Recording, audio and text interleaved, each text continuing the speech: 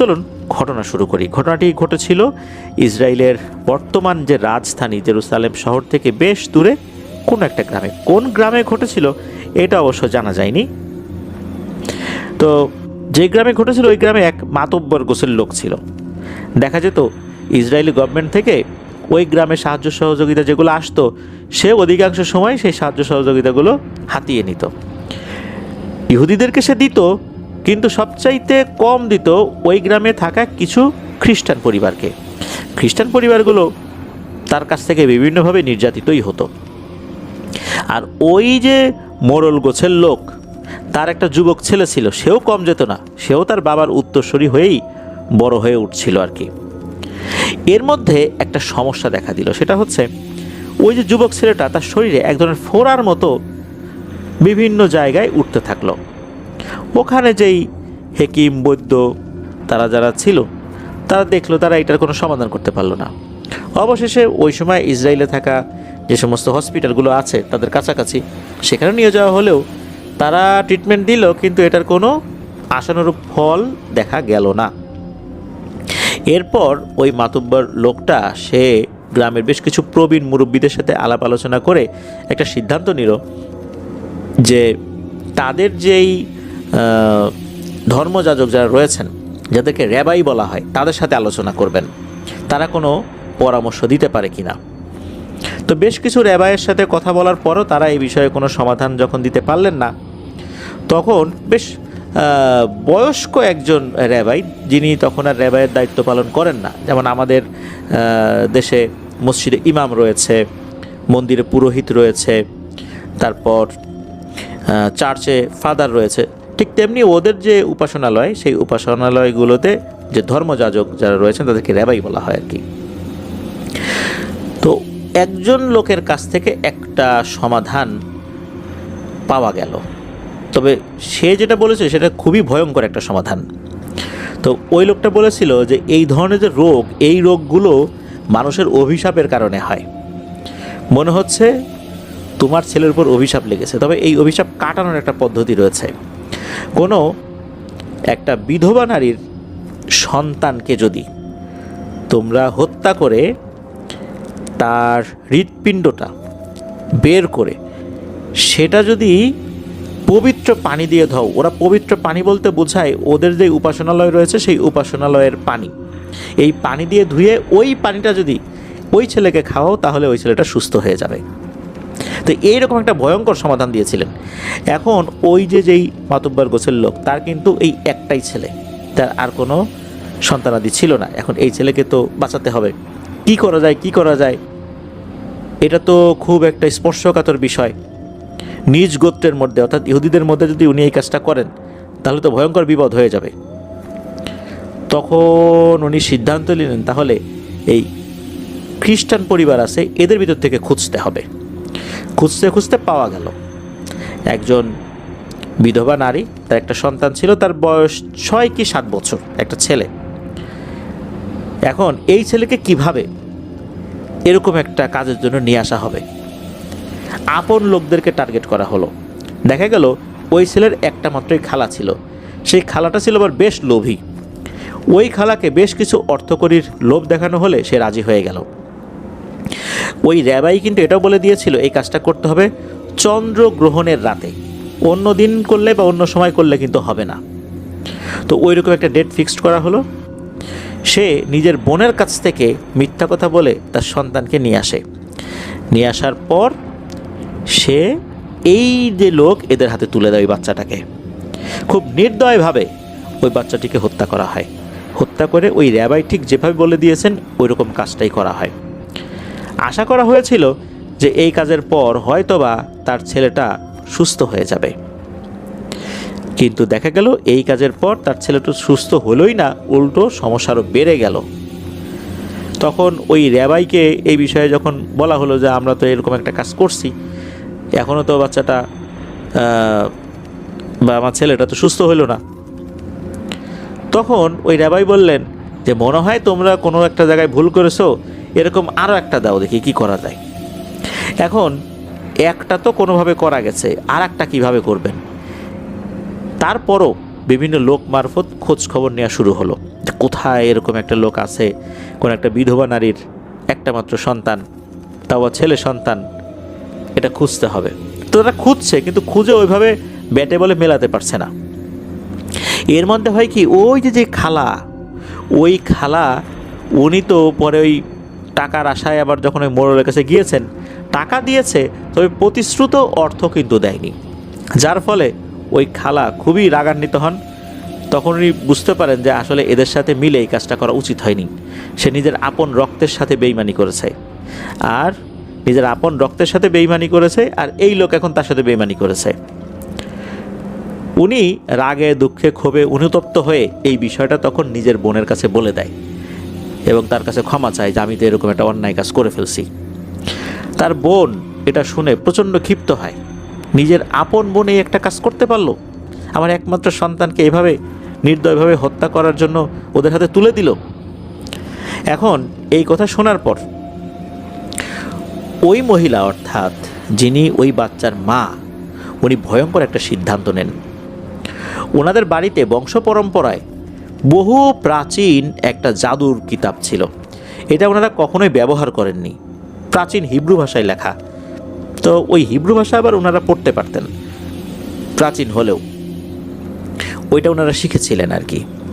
তো উনি ওই হিব্রু ভাষার ওই কিতাব থেকে একটা জাদুর পৃষ্ঠা সিলেক্ট করলেন, যে এই অনুযায়ী একটা কাজ করা যায়, মনে হবে যে এই কাজটা করলে তার জন্য সুবিধা হবে। তো ওখানে লেখা ছিল যে কাদামাটি দিয়ে একটা পুতুল তৈরি করতে হবে। এরপর একটা নকশা তৈরি করা ছিল, ওই নকশাটা কাগজে লিখে ওই পুতুলের মুখের মতো যে জায়গাটা রয়েছে, যেখানে মুখ তৈরি করা হবে, মুখের মধ্যে ওই কাগজটা ঢুকিয়ে দিয়ে আবার মাটিটা সমান করে দিতে হবে। যেমনটা একদম কাদামাটি দিয়ে পুতুল তৈরি করলে মুখ চোখ কান বানানো যায়, আবার সমান করে দেওয়া যায়, অর্থাৎ ওই কাগজটা পুতুলের মুখের ভেতরে থেকে যাবে। উনি চিন্তা করলেন যে এই কাজটা করা যেতে পারে। ওখানে আরও কিছু বিষয় ছিল, যে কখন করতে হবে, কোন সময় করতে হবে, সেই অনুযায়ী উনি কাজটা শুরু করে দিলেন। উনি বাসার থেকে একটু দূরে গিয়ে একটা নিরিবিলি স্থানে বসে উনি কাদামাটি দিয়ে একটা ছোট্ট পুতুল তৈরি করলেন। তবে উনি যখন কাদামাটি দিয়ে তৈরি করছিলেন, কাদামাটি যখন উনি গুলিয়েছেন বা হাত দিয়ে উনি তৈরি করছেন আর কি, অনেক সময় আমরা আটার সাথে পানি গুলিয়ে রুটি তৈরির আগে যেভাবে আমরা তৈরি করি আর কি আটাটা, তো ওইভাবে যখন তৈরি করছেন উনি বুঝতে পারলেন যে এখানে পানির পরিমাণটা একটু বেশি হয়ে গেছে। কিন্তু উনি যে পরিমাণ মাটি নিয়ে এসেছিলেন, আঠালো মাটি, ওনার কাছে আর অতিরিক্ত মাটি ছিল না। উনি কোনো মতো একটা পুতুল তৈরি করলেন, পুতুলের হাত পা তৈরি করলেন, মাথা তৈরি করলেন, মুখের মতো একটা জায়গা তৈরি করলেন। উনি দেখলেন পুতুলের শরীর থেকে টপ টপ করে পানি পড়ছে, অর্থাৎ পানির পরিমাণ বেশি হয়ে গেছে। ওখানে তখন অন্য জায়গা থেকে মাটি যে উনি আনবেন ওই রাতের বেলা, কারণ ওইখানে আমাদের দেশের মতো এরকম আঠালো মাটি তো অ্যাভেলেবল না, ওখানকার পরিবেশ পরিস্থিতি আবহাওয়া সব কিছু তো অন্যরকম। কেয়ার করা, উনি ওভাবেই কাজটা সমাধান করলেন। সমাধান করে ওই জিনিসটা ওখানেই রেখে চলে এলেন। কথা ছিল যে ওটা ওখানেই রেখে চলে আসতে হবে, এটা নিয়ে আর কোনো কাজ নাই, জাস্ট এতটুকুই কাজ। এটাই ওনার কাছে সবচেয়ে সহজ কাজ মনে হয়েছে, এর থেকে সহজ কাজ আর হয় না, ওনার কাছে এটাই মনে হয়েছে। মানে ওই কিতাবে যতগুলো কাজের কথা লেখা আছে, যতগুলো তদবির বা জাদুর বিষয়গুলো নিয়ে আলোচনা করা হয়েছে, এর মধ্যে এইটাই সবচেয়ে সহজ ছিল। উনি এই সহজ কাজটাই করেছিলেন। এরপর উনি বাসায় চলে আসেন, তো সপ্তাহখানেক চলে যায়, কোনো কিছু দেখা যায় না, মনে হয় যে কোনো কাজই হয় নাই। এদিকে ওই যে মোড়ল বা মাতুব্বর, সে কিন্তু তার ছেলেকে সুস্থ করার জন্য ঠিকই লোক খুঁজে যাচ্ছে যে কাকে মারা যায় এবার, কিন্তু পাচ্ছে না, ব্যাটে বলে মিলছে না। তো এরকম প্রায় 2 সপ্তাহ পর একদিন রাতের বেলা যে ভদ্র মহিলা উনি তৈরি করেছিলেন পুতুলটা, উনি ওনাদের যে স্টোর রুম ওখানে কোনো কিছু নড়াচড়া করছে, এরকম একটা আওয়াজ পান। উনি চিন্তা করেন বড় সাইজের কোনো ইঁদুর টিঁদুর হবে কি না, কিন্তু নড়াচড়া যেরকম হচ্ছে, যেরকম আওয়াজ হচ্ছে, তাতে তো ওরকম বলে মনে হচ্ছে না। এরপর উনি হাতে একটা আলো নিয়ে যখন স্টোর রুমে গিয়েছেন, গিয়ে দেখেন অদ্ভুত একটা দৃশ্য। খুবই সুন্দর চেহারার একটা বাচ্চা, 6 কি 7 বছর বয়স হলে যেরকম একটা বাচ্চার উচ্চতা হয়, শরীরের গড়ন হয়, ওই রকম আর কি। কোনো ভয়ঙ্কর চেহারা না, একদম সুন্দর একটা চেহারা। তবে তার শরীর দিয়ে টপ টপ করে পানি পড়ছে, মনে হচ্ছে মাত্রই সে গোসল করে উঠে এসেছে। এই বাচ্চাটার দিকে তার যখন চোখাচোখি হয় তখন সে বুঝতে পারে তার যে ছেলেটাকে মেরে ফেলা হয়েছে এই বাচ্চাটার চেহারা অনেকটাই তার ছেলের মতো, হুবহু না তবে কাছাকাছি আর কি। বাচ্চাটার সাথে তার চোখাচোখি হওয়া মাত্রই বাচ্চাটা মা বলে ডেকে ওঠে, অর্থাৎ তাদের ভাষায় মা যেভাবে ডাকে আর কি ওভাবে ডেকে ওঠে। এত সুন্দরভাবে ডাকে ওই মহিলার তো মন গলে যায়, সে জড়িয়ে ধরে ওই বাচ্চাকে।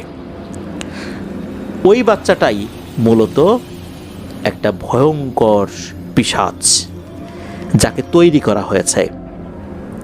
এই পিশাচটা কোনো একটা জাদুর মাধ্যমে আটকে গিয়ে এভাবে চলে এসেছে। একে বলা হচ্ছে গোলাম।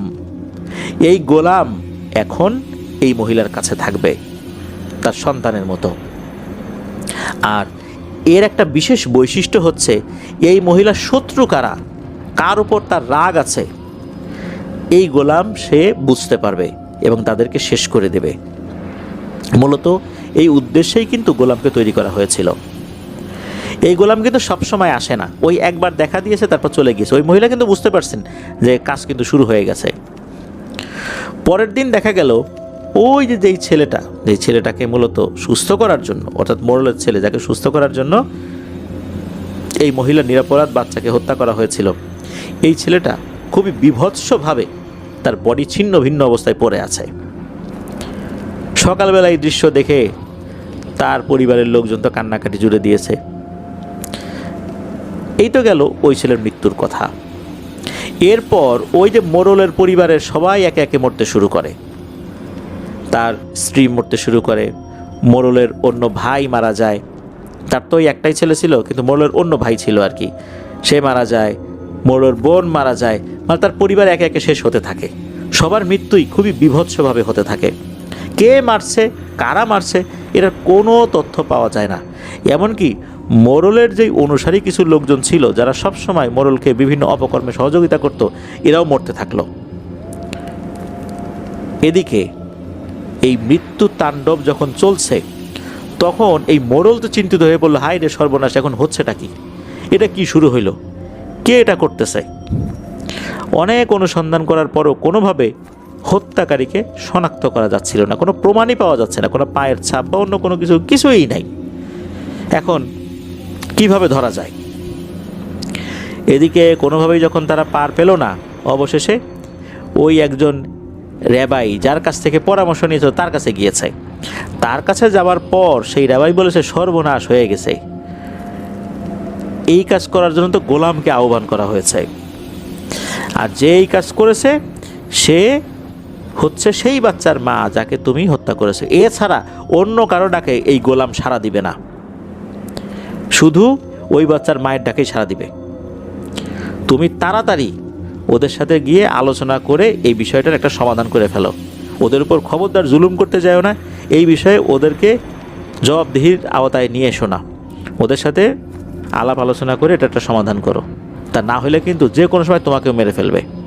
এই কথা শোনার পরই তো ওই মোড়ল চলে গেছেন ওই খ্রিস্টান পরিবারের কাছে, ওই মহিলার কাছে গিয়ে তো হাও মাও করে কান্নাকাটি শুরু করে দিছে যে আমার অন্যায় হয়েছে, আমাকে ক্ষমা করে দেন। তখন ওই মহিলা বলেন যে তুমি যেমন সবার সামনে বিভিন্ন সালিশ বিচার করো, আজকে তোমার বিচারও ওরকম সবার সামনেই হবে, চলো।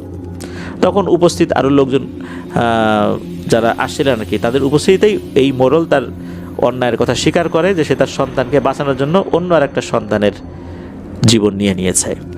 তারপর ওই মহিলা বলেন যে তুমি বিভিন্ন সময় আমাদেরকে সরকার থেকে প্রাপ্ত বরাদ্দ ঠিকঠাক মতো দাও না, প্রতিশ্রুতি দাও এখন থেকে সবাইকে ঠিকঠাক মতো দিবে।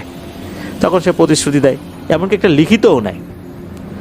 তো এরপর যেহেতু লিখিত নিয়েছে, সব কিছু সেটেল হয়ে গেছে, এখন দায়িত্বটা কি? দায়িত্বটা হচ্ছে যে এই গোলামকে এখন আজাদ করে দেয়া। উনি ওই বইটা খুলেছেন, বইটা খোলার পর উনি চিন্তা করেছেন হয়তোবা এই গোলামকে আজাদ করার পদ্ধতিটা ওই বইয়ে লেখা রয়েছে, কিন্তু ওই বইটা তন্ন করে খুঁজেও এই গোলামকে আজাদ করার কোনো পদ্ধতি উনি বের করতে পারলেন না। এদিকে আর একটা সমস্যা শুরু হয়ে গেল, ওই গ্রামের বিভিন্ন মানুষকে ঠিক একই পদ্ধতিতে কে বা কারা মেরে ফেলছে। এখন এই মহিলা তো বুঝতে পারছেন যে কে মারছে, ওই গোলামটা মারতেছে। আগে তো যাদের উপর ওনার ক্ষোভ ছিল তাদেরকে মারছে, এখন তো নিরীহ লোকজনদেরকে মারা শুরু করে দিছে। এখন কি করা যায়? এটার সমাধানের জন্য উনি ওনার পরিচিত জনদের সাথে যখন আলাপ আলোচনা করলেন, তারাও এটার কোনো সমাধান দিতে পারলেন না। এদিকে হয়েছে কি, তার যে পরিবার, তার যে গোত্র, ওই ক্রিশ্চিয়ান যে কলোনিটা, এখানে হত্যাযজ্ঞ শুরু হয়ে গেছে একই পদ্ধতিতে। এখন এটা কি করা যায়? সমাধান তো করতে হবে।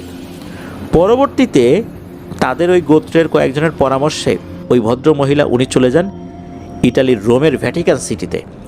ভ্যাটিকান সিটিতে যাওয়ার পর ওখানে তো অনেক পোপ বলতে পোপ তো একজনই, কিন্তু তার তো সহকারী অনেকে রয়েছেন। সরাসরি পোপের সাথে তো আসলে দেখা করা ওনার পক্ষে পসিবল ছিল না। উনি অন্য একজন বয়স্ক একজন মানে যারা খুবই ধর্মযাজক আছেন, ওনাদের মতো একজনের সাথে উনি আলাপ আলোচনা করেন।